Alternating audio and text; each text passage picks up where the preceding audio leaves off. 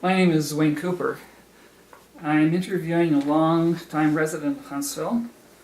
It is February 18th of 2016. Please introduce yourself by giving your maiden name and then your married names. Blanche Thompson, and I was married to Roy Oak for 38 years, and I am now married. Roy died in 1980, and in 84 I married Blanche Guest, and he is now over in Fairwood nursing home. In what year were you born and where? I was born August the 24th, 1916 at South Portage. What are some of your earliest childhood memories at home?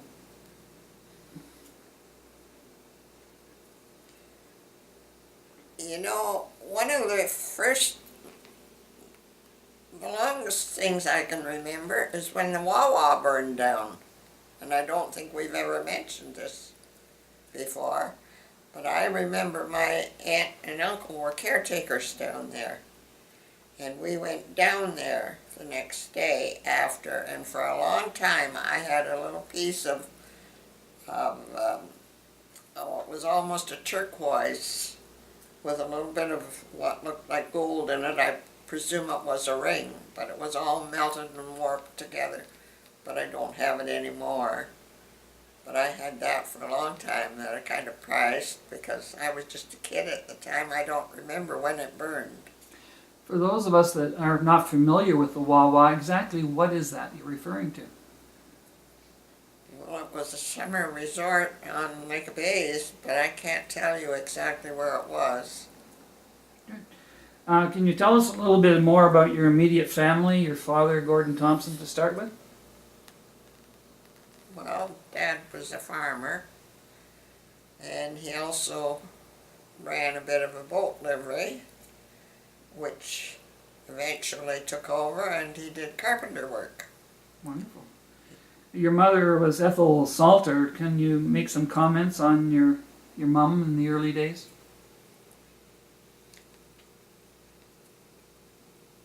Well, she was a great mom, but I think aside from housekeeping, I don't remember. She worked at Britannia for a while before she was married. But other than that, I don't really know what she worked at. Mm-hmm. And on the farm in the wintertime, Dad used to go to the logging camps. And she was on the farm with three of us. No neighbors for a mile and a half. And she had chores. We had cows and chickens and pigs. So she had a lot to look after. Yes, she did. What about your brothers Merle and Grenville? What do you have to tell us? Do you have any secrets about them to tell us? Not really, other than Merle always got into mischief. They tell me a story about when I wasn't very old. I went and stayed with my grandmother overnight. Grandma Salter she was then. When it got dark, I said, I don't know what Mama's going to do without me to keep Merle out of the sugar bowl, because every time Mother would go to the barn to do something, Merle would get in the sugar bowl. She finally got, when I couldn't handle him, she'd tie him to the table leg and just give him so much rope so he couldn't get to the sugar bowl. What a story. I know your parents disciplined you children, but can you tell us about that special experience with your brother Grenville? Well, we were coming home from, I have an idea, it might have been a Sunday school picnic at the Portage. We had come across the lake and it was just starting to get dusk. And Grenville was crying, he was tired, and Mother had her arms full of parcels. And Grenville was crying and he was poking along behind, and Mother said, if you don't hurry up, I'm going to go and leave you. Well, he quit crying. And Mother stopped and turned to look to see why he had quit, and he dropped right at her feet. He was holding his breath. He was black in the face. She turned him over her knee and blew in his face and called him, and she ended up carrying him the rest of the way at the house, and Merle and I had to carry the parcels. And from then on, he always held his breath. When he was being disciplined. When he was being disciplined, yes. And my dad used to say, when Mother'd say he got into mischief, well, why don't you spank him? Those days they did spank them, you know. Although I can't ever remember my dad hitting me. He used to scold me until he could make you feel about it. An inch high, I used to wish he'd hit me instead. It wouldn't hurt for half as long. So this day, Mother and I went to the Portage to get the mail. We came home and Dad said, well, I know now why you won't spank them. The boys had got out chasing the little chickens, and Dad gave Grenville a skite first when he met him, and he went in the house, and he went on and got Merle. When he got back in the house, Grenville was sitting on a chair black in the face. Scared the life out of him. So he said to Mother, I know now why you won't spank him. Yeah. I could understand that. So he got away with a few things because of that. Mm-hmm. Yeah, but it's not a recommended technique, I don't think. No, it isn't. You told me that the family farm was, I believe, about 1.5 miles away from the Portage proper. And Yes, it was if you went around the road. Right. It was about, maybe 3/4 of a mile across the water. But in the spring and fall, you couldn't go across the water. Right. Now, you know that farming alone was very, very difficult and was almost impossible to make a living entirely from farming at the time. So your father, he worked in the lumber camps in the winter, In the winter. and he had a livery as well, eventually to supplement the family income. Did your mother do anything like knitting? She worked at Britannia. Did she do any knitting or anything like that? She did it, yes. So every little thing, I guess they could save money on or make money on was important at that time. Yes, in the summertime, Mother often used to sell chickens to guests at Britannia. And they would come in, she'd clean them and get them all ready to go in the oven. And they would come and get them. She would sell chickens, Wow. which helped a little bit. Did you sell surplus eggs as well? Yes. Well, it was probably convenient for you having so many lodges in the area and being on water. You could deliver these things to the lodges from time to time, I suppose. I'm sorry, I didn't hear you. I was saying that because you were on the water and near so many lodges that you could probably sell some of the farm produce Yes. to them by Yes. going by way of water. Fresh vegetables too sometimes. Now, I understand you began school rather late at age 10, and I'd like to try to understand how you were able to catch up with your age group.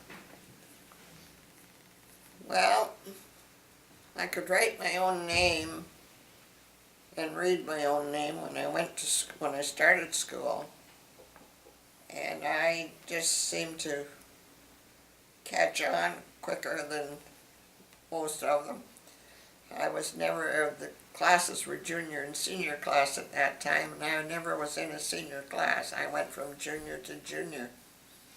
So you were accelerated in your education. Yes. You were also left-handed, and in those days teachers discouraged pupils from using their left hands. Well, the teacher didn't discourage me as much as my parents. They told me the teacher would do it, but the teacher didn't. But I used to do things with my left hand when I thought she wasn't looking, when she was looking at the pen over in the right hand. And for art, instead of moving the paper around, I switched the pencil. And I did one side right-handed and one side left-handed. So there are some benefits, I guess, long-term benefits to being left-handed and right-handed. Yes, there are. Do you remember the names of some of your classmates and teachers from the Portage? Oh, yes. My first teacher was Sade Anderson. I don't know where she came from. But then we had a Myra Johnson. She came from Fenelon Falls, and she was a wonderful teacher. I had her most of the way through public school. I understand that at that time at the South Portage that they were able to teach some high school subjects. Yes, they did. And so was Myra Johnston the one that taught you No, in that endeavor? Myra Johnson taught me 1 year. And then we had another teacher come, I'm wrong. Myra Johnson left at the end of the senior fourth. Okay. That was the only senior class I was in. Okay. She left then, and we got teacher wasn't really very good, and the parents found out about what was going on, and they let her go the 1st of May. Right. And we got a John Tyler, and he was good, but I had him for 1 year too. So I went 2 years that I took high school subjects, but I only got one subject each year. Understand. It's kind of hard to concentrate when you're in a room with 30 kids and they're all talking about something different. Or all the grade levels were in one room. Yes, we were all in one room. Now, if you wanted to go to high school proper, so to speak, you would have had to come into Huntsville. That's right. So, did you do that? No, my parents couldn't afford to send me to Huntsville to pay room and board for me to come to Huntsville. I imagine that was fairly common in those days. Yes, it was. When you were 11, your family made the move from the farm into the Portage, the South Portage proper, and I think that was about a mile and a half. Yes. Tell us how that move was conducted. Well, they came across the water on the ice. We came in April, and we came across the lake with my granddad's team of horses. And 2 days later, the ice went out. That was cutting it close. It was. Remarkable. I guess you had to trust your father's knowledge of ice conditions at Yes, that time. they came early in the morning on the frost. Right. The house that you moved into, is it still standing today? Not really, it burned. Oh, okay. 2 years later it burned, but it was an old boarding house. And it had been a house, and they had built a dining room and sleeping quarters on the back of it. And it was all pine lumber. And Dad was tearing that down and remodeling the inside of the main house. He had insurance agents out looking at it, and they wanted to charge him a real high premium. They said he was causing a fire hazard.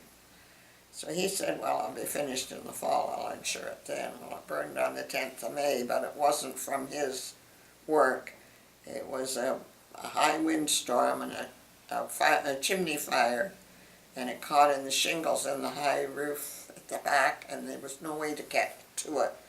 My mother sent Grenville, who was out of school that year because of his eyes, to the mill to get some of the men to come up, and they all came up. Mm-hmm. But they couldn't get to the fire, and they threw a lot of, all the upstairs furniture, they threw out the windows. Well, you know it wouldn't be any good when it was thrown out the window. No, no. Those days, those would be cedar shingles probably, so they burned. They were wood shingles. Yeah, right. So was any of that house salvaged? That house, my dad rebuilt on part of the same basement. The basement was only a part basement, and he added to that basement, and part of that basement's still under that house. So there is a house today with your father's basement under it. Yes. Wonderful, wonderful. About your time at South Portage, did your family attend church, and if so, where was that? I don't think that my family attended very regularly, but I went regularly to Sunday school, my two brothers and I. And it was just a 5-minute walk from home. And as I got older, I taught a Sunday school class there. And I also was the first girl to be married, the first person to be married in that church. Wow. And I married Roy. Going back to the time before that, in your childhood, when you lived at the South Portage, how often did you go to Huntsville, and how did you get there? What are your memories of the journeys to Huntsville, and memories when you got there? We went to Huntsville twice a year. And we went once in the summertime. We went across on the train and took the Algonquin to Huntsville. And in the wintertime, we went usually the latter part of November. We went with my granddad's team of horses and got all our winter supplies.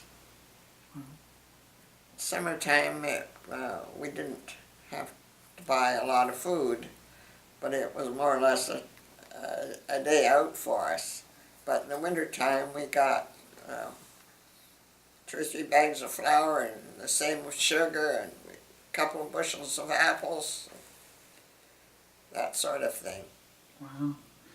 Wow.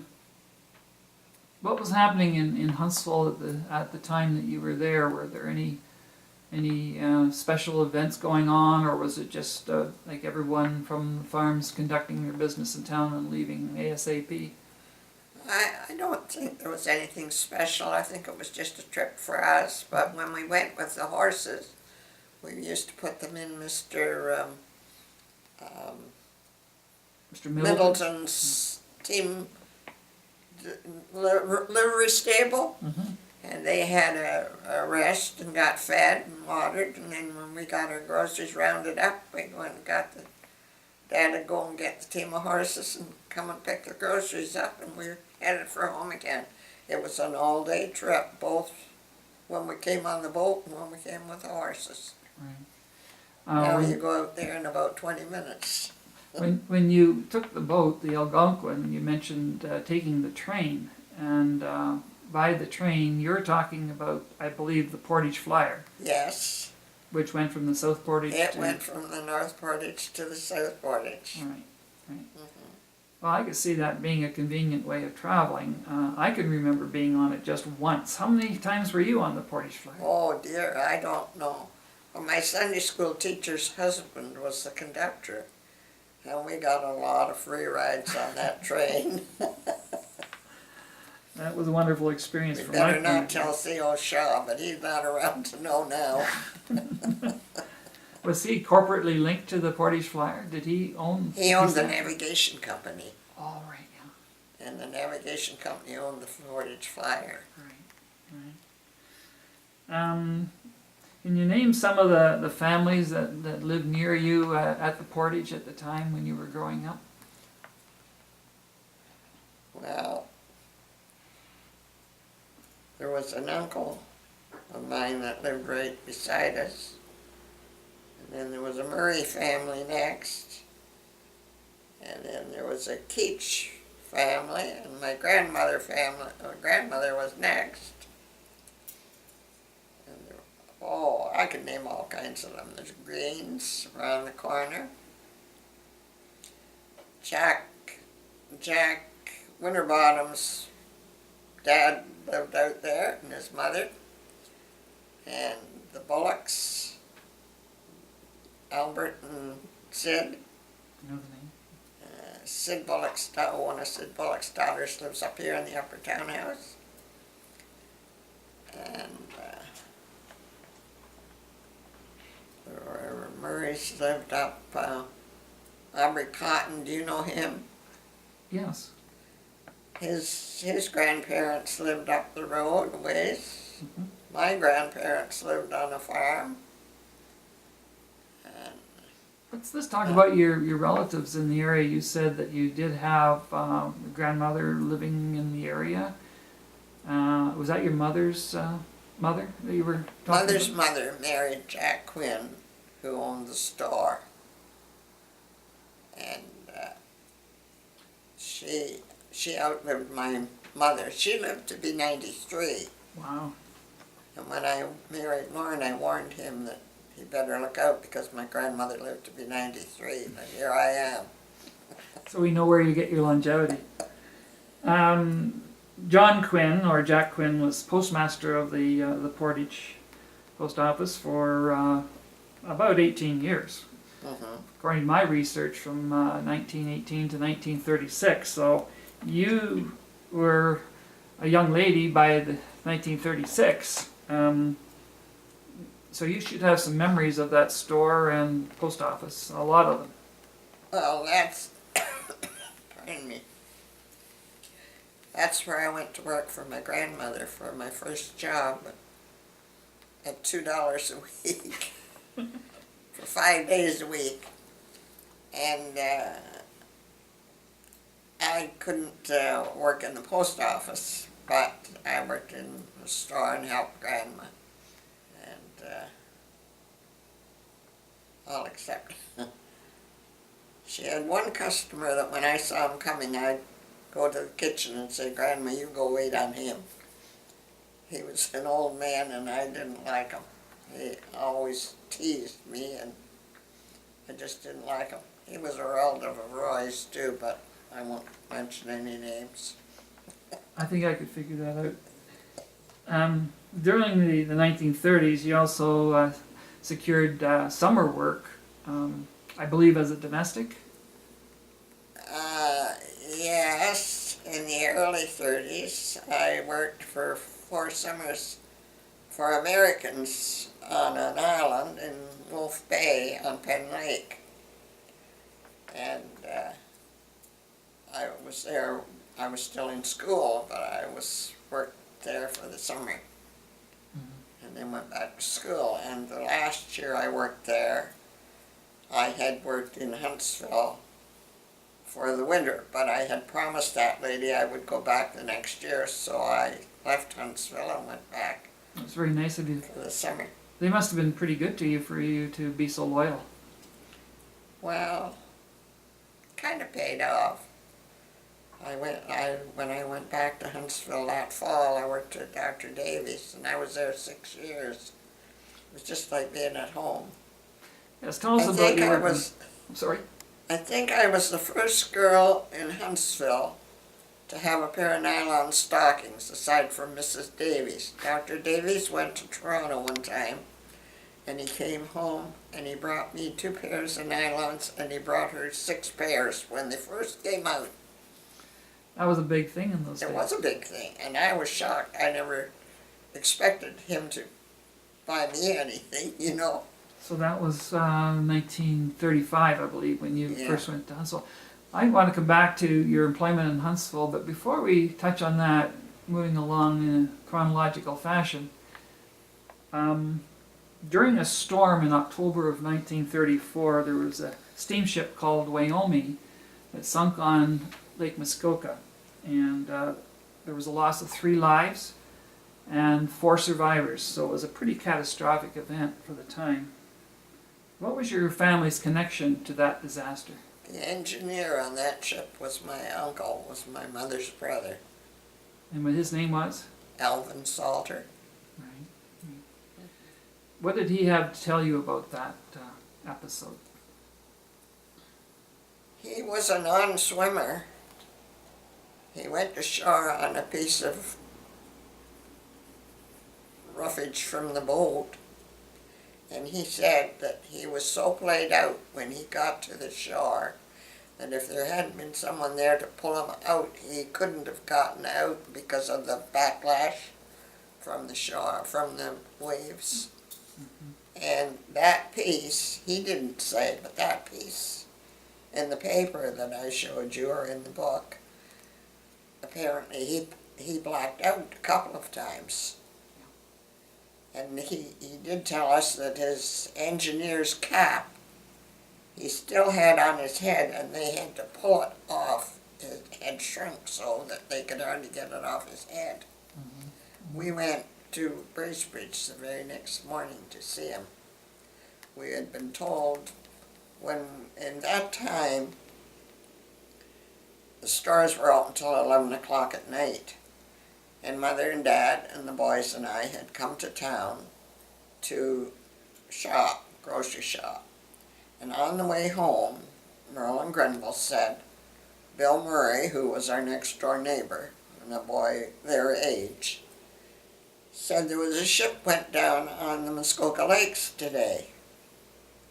And Mother said, my word, she said Uncle Alvin would be on that boat because he was always the last one.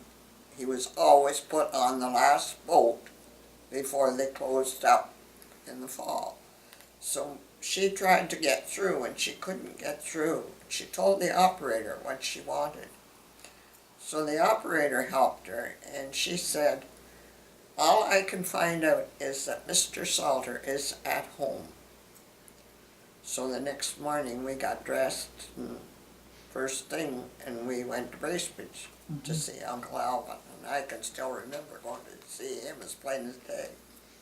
You must have been pretty exhausted even then. He was exhausted. He was pretty well shook up. Yeah. Did he ever go back to working on the boat? Oh yes, he did. There's such a tragic experience, a traumatic experience. It had been his life's job. He worked on the Muskoka, on the Lake of Bays. He was the engineer on the Mohawk Bell when it ran. I was on the Algonquin many times, and I was always thinking maybe it would go down, but it never did, thank heavens. Ironically, that big ship, the Seguin out of Gravenhurst, it ran aground once, and I was on it at the time. So you never know. Let's go back to Huntsville. In the early 30s, 35 I believe, you started working for Dr. Davies in town, Yes. and you told us a little bit about him buying nylons for you. And what rate of pay did you get? How did all that work out? Well, I got more money than I did at Dr. Fisher's, and it kept going up. I mean, I got advances every so often. I was quite happy, but I did get a little itchy for a change, and I left there after 6 years and went to A&P store. Okay. So before the first job in Huntsville was with Dr. Fisher, and the second Dr. Davies, and then the A&P store. Okay, but let's just go back to Dr. Fisher for a moment. I think you told me earlier what your rate of pay was with him. Would you recount that, please? $12 a month and board. And board. Okay. My mother bought most of my clothes because I couldn't afford them. Right, right. So even in the dirty 30s, that was just minimum wage, I would think. Yes. Right. Now you married your first husband, Roy Oak, in 1942, and at that time he was serving his country during the Second World War. Where did you live during the war years? We were married in November, and I went to Kingston with him after Christmas. And I was in Christmas. I was in Kingston for 6 months. Donna was born in Kingston. So he was stationed at Kingston. Yes. Was he ever sent overseas? No, he wasn't. I guess you're relieved about that. Yes, I was. How did he possibly get out of that? Because I think he was told he was going. He was told he was going, but I think there was a little behind the scenes that went on there. That he cooked for the colonel on scheme, and the colonel didn't want him to go overseas. Very fortunate. Just a little pull. I understand your first daughter was born in Kingston. Yes. And then you told me the family moved to Huntsville, but Roy was still stationed at Kingston. Yes. That was because he was told he was going overseas. Ah, okay. So you brought your daughter back to Huntsville and started living here, Stayed here. and Roy was still stationed at Kingston. How did Roy get home? He would have leave from time to time, and I'm sure he came home. Sometimes he came on the train, sometimes he hitchhiked. Another thing, just while I was home, I lived up over McCaffrey's there, over the Dominion store. That's when the Huntsville Trading burned in Eccleston's. They had fires there. They had a fire there, Okay. and it burned. So you mentioned Huntsville Trading and Ecclestone's as well. Yes. So there was a store at least separating those two. So No, there isn't stores. There wasn't No? a store separating. at the time they were side by side, were they? Yeah. Oh, okay. You just taught me something. Wonderful. So did they find out what caused that fire? No, I don't think they did. But the firemen were there most of the night. My uncle was a fireman. He was there. My aunt came down and sat with me and watched out the window. And that would have been during the war years. Yes. Okay. Now, you were in Huntsville when it was announced that the World War II was over. Yes.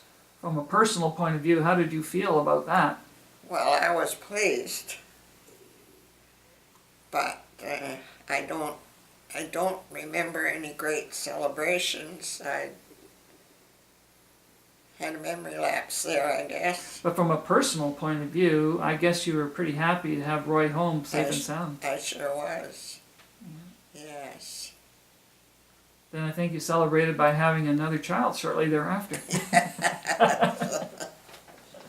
Who will remain anonymous. Now, you told me of an interesting story that I think everyone would like to hear about your experience when you lived above McCaffrey's or the Dominion store, and your apartment overlooked the alleyway neighboring Bowley's Bakery. Yes. Would you tell us that story again? Well, there had been a storm that night, but the storm was over and everything was quiet.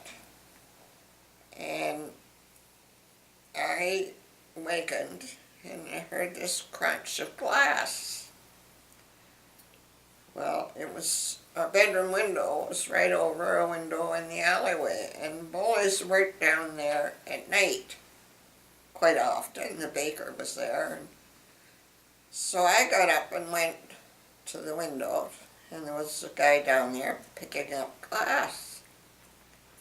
And I thought he'd broken a window and he was cleaning it up.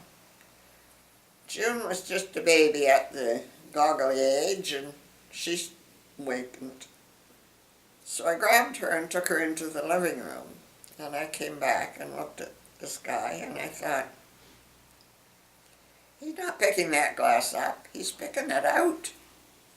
He's pulling it out of the window.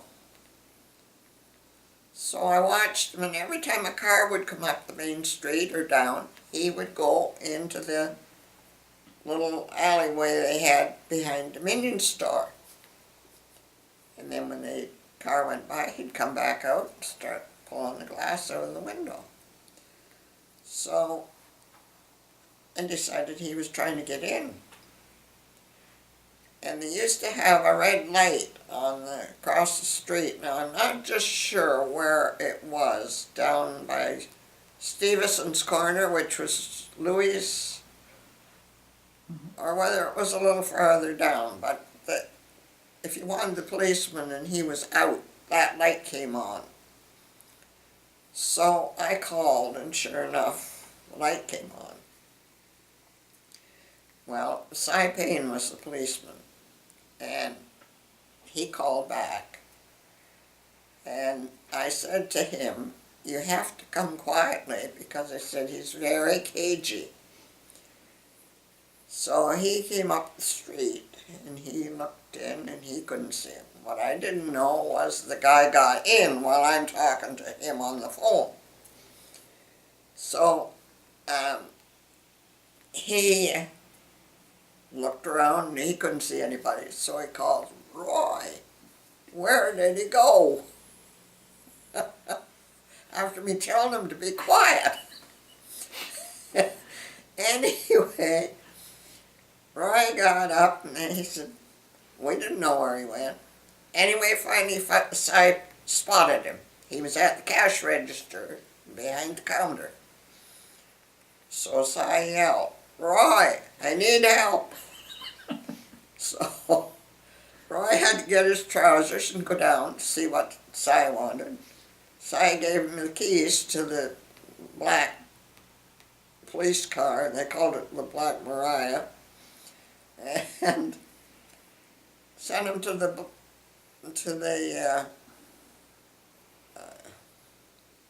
Hollow. They called it Little Italy at the time, to get Albert Boley with the keys to come and let him in. So Roy goes down to got Albert Boley up and got him up and brought him back, and Cy got in and arrested the guy. Amazing. And it came out in the Forester that Roy Oak had notified the police, and that guy went to Perry Sound for 30 days. I had it on the calendar when he got out because I was scared green. But you had no repercussions? No. That's quite a story. So that was during the late 40s, and but you continued to live in Huntsville. After you left the apartment, where did you live?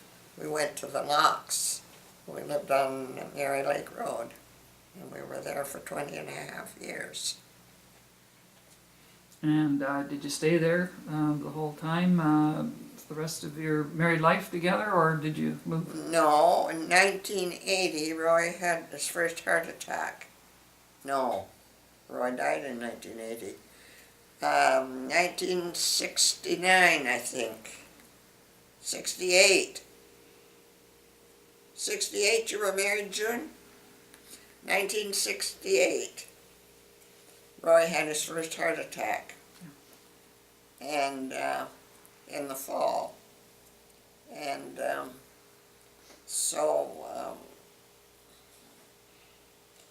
it was 69 he had his heart attack in the fall. And so we moved down to River Lee and had a one-story house, because the one we were in, the bathroom was downstairs, but the bedrooms were upstairs. Mm-hmm. Mm-hmm. So we were there until I sold it 2 years after Roy died. Mm-hmm. Mm-hmm. Roy died in 1980. Mm-hmm. Now, focusing on Roy for a minute, I personally remember him as the manager of a minor hockey team. Actually, he took a group of boys from Bantam through midget to juvenile, and they did very well. I think they won a couple of Ontario championships during those years, and all the time Roy was their manager.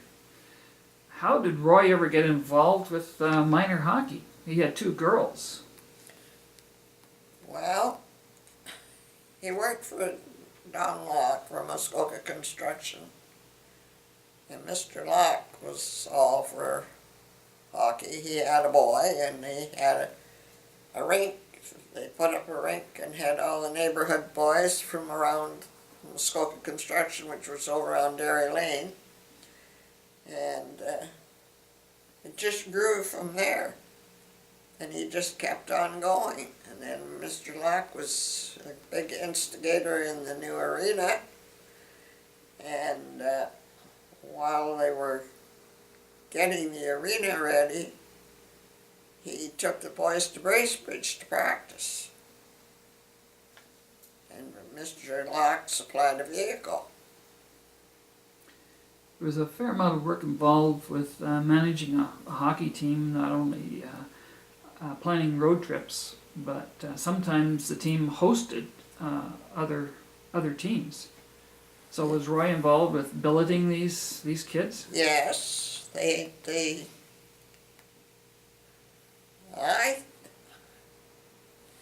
think it was Bantams that won the Ontario Championship or something, and they hosted the team. And Roy was in charge of, he billeted them all in Huntsville, and there was a lot of work went into that, a lot that nobody knows anything about. Mm-hmm. Do you think Roy ever, in those days, minor hockey was all boys? There were no girls in minor hockey. There's no minor hockey for girls. Yet Roy had 2 girls. Yeah. And I remember the girls coming with him to the hockey games. Did he ever regret not having a boy? Not that I know of. He never ever mentioned it. No, he was always happy with his girls. And I shouldn't say this, they're both listening, but they never caused us any trouble. We were always... I remember one Sunday morning they were going to Sunday school and walking up the road to the United Church at the Locks. And we'd had a little argument about something. I don't know what the argument was about, but Roy was upset about it. And we stood and watched him walking up the road, and I said, well, I don't know how 2 people that don't know anything had such brilliant girls. And that made him laugh, and he forgot being upset. Well, and I remember Roy being a very dynamic fellow, and always on the go, and usually with one of the girls under his arm, and that's my image of Roy, along with his ruddy complexion. Well, we had a rough go of it because we didn't have any money in. Even though he worked all the time, he never made big wages. And when Donna was 8, weren't you when you went delivering milk, Donna?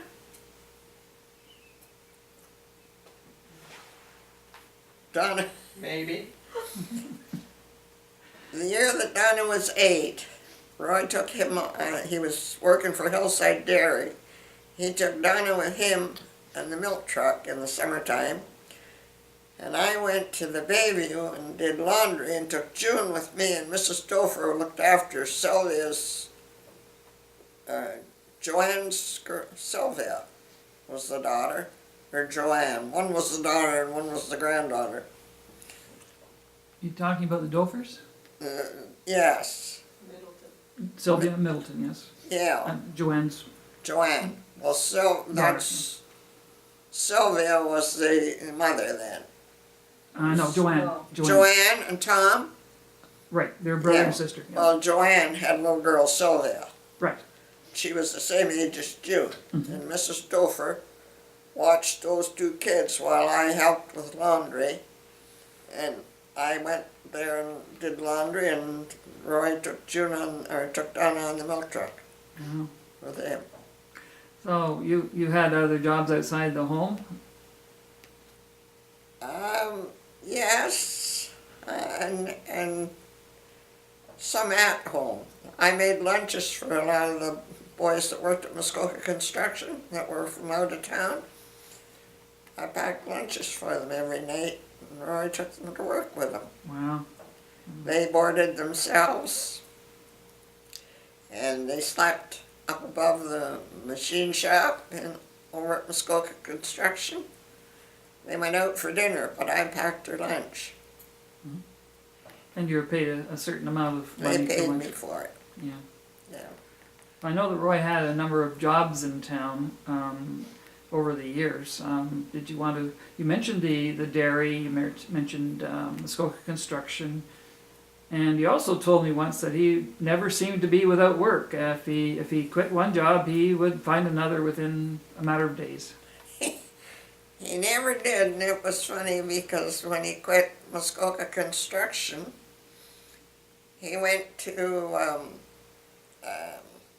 down by Owen Sound, near Owen Sound, to work for Lands and Forests. I think it was called Public Works at that time. And he had quit Muskoka Construction. He had an argument with Mr. Caswell, and he quit on the weekend. And he got a job and went Monday morning down to Owen Sound. Monday morning, Mr. Locke called and wanted to talk to him. I had to tell him he'd gone. He wasn't home. He'd gone to work. So he just seemed to always be able to get a job, no matter what it was. He would do anything rather than be out of work. Well, he was organized, he was well known, he was charismatic. I think probably all those factors helped him. And he was well known because he'd worked in Dominion Star and Huntsville Trading and all around. Everybody knew him. Mm-hmm. So I'm surprised that maybe he has been nominated for the Sports Hall of Fame in Huntsville, but I have yet to get to the inside of that organization. But I'm surprised that he hasn't been elected to the Huntsville Sports Hall of Fame. How do you feel about that? well, I was a little disappointed when I got that part ready for them, and nothing happened, and they didn't have any explanation or any reason why, but nothing ever happened. Well, they probably would be revisiting Roy's resume at some point, so we'll see if we can work towards that. Yeah, well, I would appreciate it if they did. This is And- coming, oh, sorry. If they do, they'll let me know, will they? Oh, definitely, Yes. definitely. I'd like to end with this. This coming August, you're going to be celebrating your 100th birthday. I would like to know what your thoughts are about reaching that milestone. Well, I never expected to reach it. I've outlived all my parents and my relatives. And it's not all fun, you know, when you want to go to something and all your friends are gone. Right. I remember Vi McQueen lamenting the same thing when I interviewed her. However, you're going to be recognized on your 100th birthday, whether you want to be recognized or not, and family will be a big part of that recognition. So I understand that you have some grandchildren coming from Western Canada. Yes. You already know they're going to be coming, and they're going to honor you. How do you feel about that? I'm thrilled about that, and I just hope I can make it till then. I have no doubt you will. Well, thank you. Well, Blanche, I'd like to end our interview right now on this, I think, happy note. And I'd like to thank you very, very much for your time and inviting me into your home. I've thoroughly enjoyed our interview. Well, thank you. I have too, because it brings back a lot of memories. Yes.